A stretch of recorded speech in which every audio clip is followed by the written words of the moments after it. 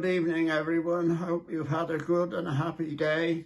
It's the Lord's Day, and it's a wonderful opportunity, that one day in 7 which God gave to us as the day of rest and the day of worship. And so at this evening hour, I just want to direct your attention to a little book in the Old Testament.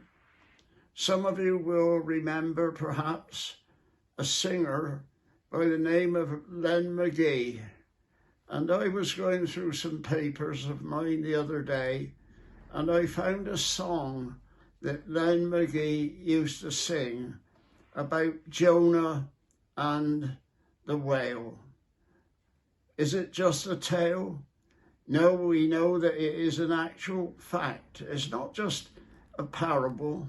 It's not a fable, because Jesus spoke of it in Matthew's Gospel.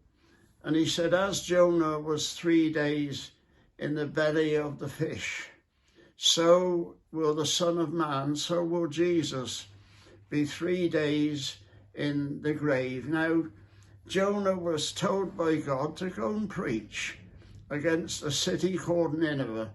Nineveh was a city in Assyria.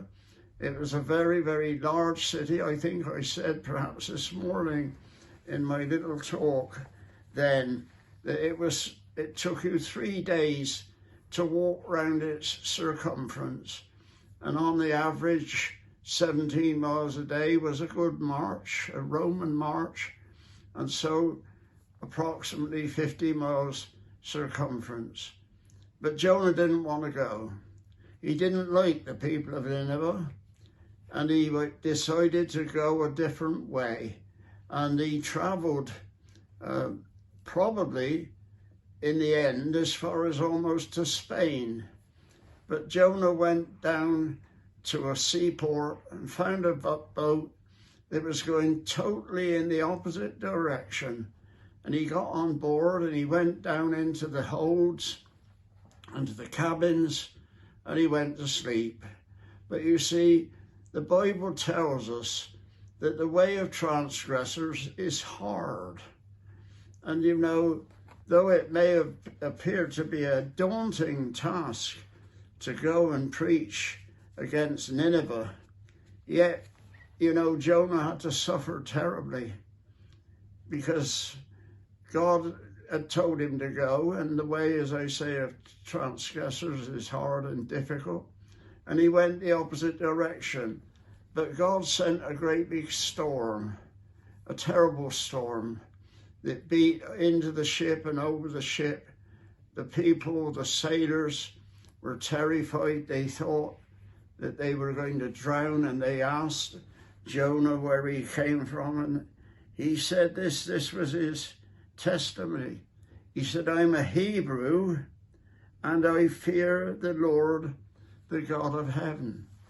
Now that's a wonderful statement, but you see, he didn't fear him enough to be obedient. And you know, the fear of the Lord, we're told in the Bible, is the beginning of wisdom. And so he went into the ship, the storm came, the sailors did everything they could to weather the storm. In the end, they had to throw Jonah overboard. They didn't want to. They didn't want to be guilty of his death. But he said, if you don't, then we'll never get out of this storm. And so Jonah was thrown into the sea, and the sea became a great calm.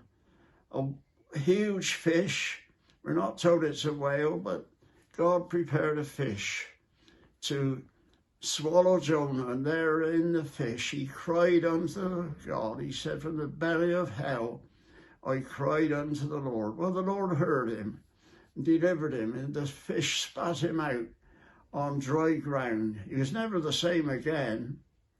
And then the word came again, the second time, go to Nineveh, that great city, and preach again. And Jonah went. He went this time willingly, still not liking the Ninevites very much, because he said, I know you're a God of mercy, you'll have mercy on them. And he didn't in his heart have any merciful feelings toward them. But he went, and he preached, and the people of Nineveh, from the highest to the lowest, repented and turned to the living God. And so Jonah was angry, and God prepared a great big plant, a gourd, to grow up, to shelter him from the sun and from the heat and from the burning wind. And then the gourd died, and Jonah was angry. And God said this, "Do you do well to be angry? I'm a God of mercy. I'm a God of grace." In that great city of Nineveh, there were thousands that didn't even know their right hand from their left. They were children, and they were wonderfully preserved because God is a God of mercy. And his mercy is extended to you and to me today.